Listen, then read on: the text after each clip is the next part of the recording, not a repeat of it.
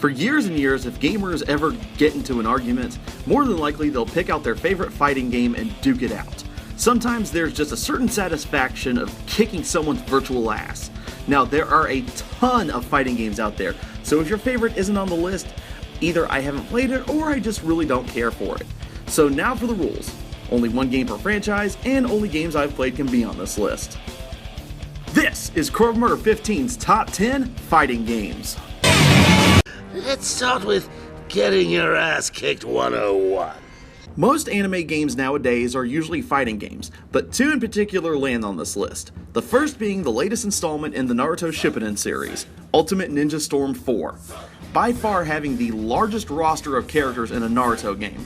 The ultimate jutsus in this game are breathtaking, and the team-up jutsus are even better. No particular reason why this is lowest on the list, I just happen to like the other games on this list a little better. Now there are Let's start with getting your ass kicked 101. I promise this is going to be the last anime-based game you see on this list, but you cannot count out Dragon Ball Z, and Budokai 3 hits the mark with this one. A lot of other DBZ games are great, and while I love Xenoverse, I don't really consider it a fighting game. While not having the largest selection to pick from, it's entertaining from beginning to end. Although I will say, something that bothers me about some of these anime fighting games, almost all the finishers do the exact same amount of damage. I mean, since when does something like the Tailed Beast Bomb from Naruto do the same amount of damage as this?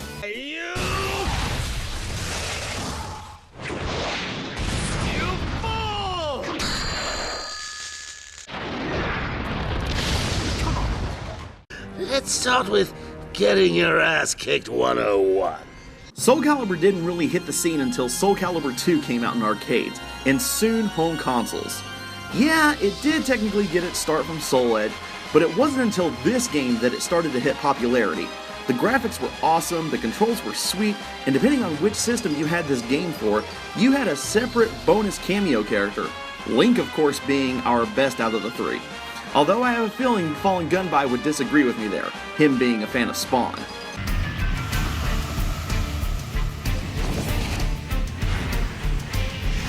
Let's start with getting your ass kicked 101. Now this one is probably going to be the sleeper on the list. Unless you constantly went to an arcade or had a Sega Dreamcast, chances are you probably never played or heard of Power Stone, specifically Power Stone 2. To be honest, I never really paid attention to this game's plotline, but then again, not a lot of people play fighting games for the story. You have 16 awesome characters to pick from in an actual 3D environment rather than your standard 2D platform. And unlike Tekken or Soulcalibur, you were actually able to run around in a full 360 degrees. And if you collected a set of 3 Power Stones during your fight, it's game on! Alright, who let the wannabe Super Saiyan in this game? Let's start with getting your ass kicked 101.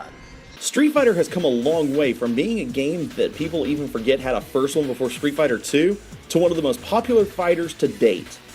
And which one lands on this list? My personal pick is Street Fighter Alpha 3. The other Street Fighter games are good, but Street Fighter Alpha's 3 flow just seemed to really work.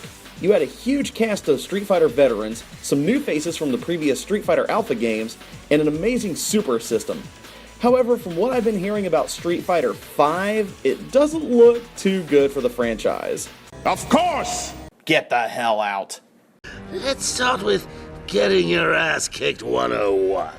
Crossovers are certainly popular with fighting games, and Marvel vs. Capcom 2 is one of the prime examples of this. While Ultimate Marvel vs. Capcom 3 might have better looking graphics and a few characters I wish that this game had, Marvel vs. Capcom 2 brings back the feeling of the arcades back in the mid-90s to early 2000s. Plus, some of the teams that people would come up with are insane. I mean, what other game could you have Mega Man, War Machine, and Venom on the same team? Now, if only we could get Capcom to get off their asses and work on Marvel vs. Capcom 4. Damn it, Gunby! Let's start with getting your ass kicked 101. On the other side of the comic book spectrum, DC hasn't had a lot of fighting games for their characters. Justice League Task Force sucked ass, and Mortal Kombat vs. DC was, well, decent. But when NetherRealm Studios got the rights to these characters, it turned out to be one awesome fighting game. You could definitely tell the fighting system was based off of Mortal Kombat, but at the same time it has its own unique style and flair. And while there aren't any fatalities in this game, or heroic brutalities, you can still put the beat down on your opponent. Or, just run them over with the Batmobile. Well, then they both got flattened by the Batmobile. Let's start with getting your ass kicked 101. This freaking game. Back in the day of the arcades, if you weren't playing Street Fighter, you were more than likely a Mortal Kombat person. Mortal Kombat 9, the 2011 reboot, was claimed to be the best in the series, but my personal favorite is Mortal Kombat X, actually now referred to as Mortal Kombat XL. Some people aren't a really big fan of the way the story mode plays out, and I can see where they're coming from, but basically, I'm just here to kick ass, and that's exactly what this game does. With a good portion of returning cast coming back, and an addition of some pretty sweet new characters, this game has a lot to offer. Also, the cameo fighters are awesome. I mean, Leatherface. Friggin' Leatherface! Now, if only we can get old Monty in this game. Let's start with getting your ass kicked 101. Finally! Microsoft did something right! Fans were practically begging for a new Killer Instinct to come out. Well, in 2013, they got their wish with the new Killer Instinct for Xbox One. At first, it was just a free-to-play style game with updates thrown into the mix from time to time, basically turning it into a full-fledged game that you would actually have to spend money on, but it was well worth it. The updated graphics and combo system are amazing, and the new characters brought into the mix are pretty sweet as well.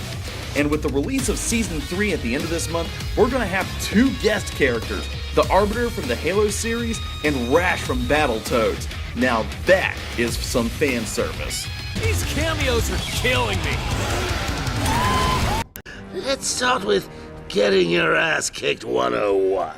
Yes, I put this as my #1 crossover game, but I also consider it to be the best fighting game as well. Sure, it might not be as violent as Mortal Kombat or have an extensive combo system like Killer Instinct, but it's loads of fun. What I really like about Smash Bros. Is how easy it is to play, but hard to master. And let's be honest, who wouldn't love a fighting game with a huge array of amazing Nintendo characters to play as, along with some sweet cameos like Cloud from Final Fantasy VII? While we've seen the last of the character and stage updates to the Wii U and 3DS version, it's still a great game to play whether you're just having a few friends over to kick back and relax, or putting it all on the line on a one-on-one match at a local tournament to prove who's the best. And that's why Super Smash Bros. For Wii U and 3DS is my #1 fighting game. I'm Crow of Murder 15, and if you excuse me, I've got some smashing to do.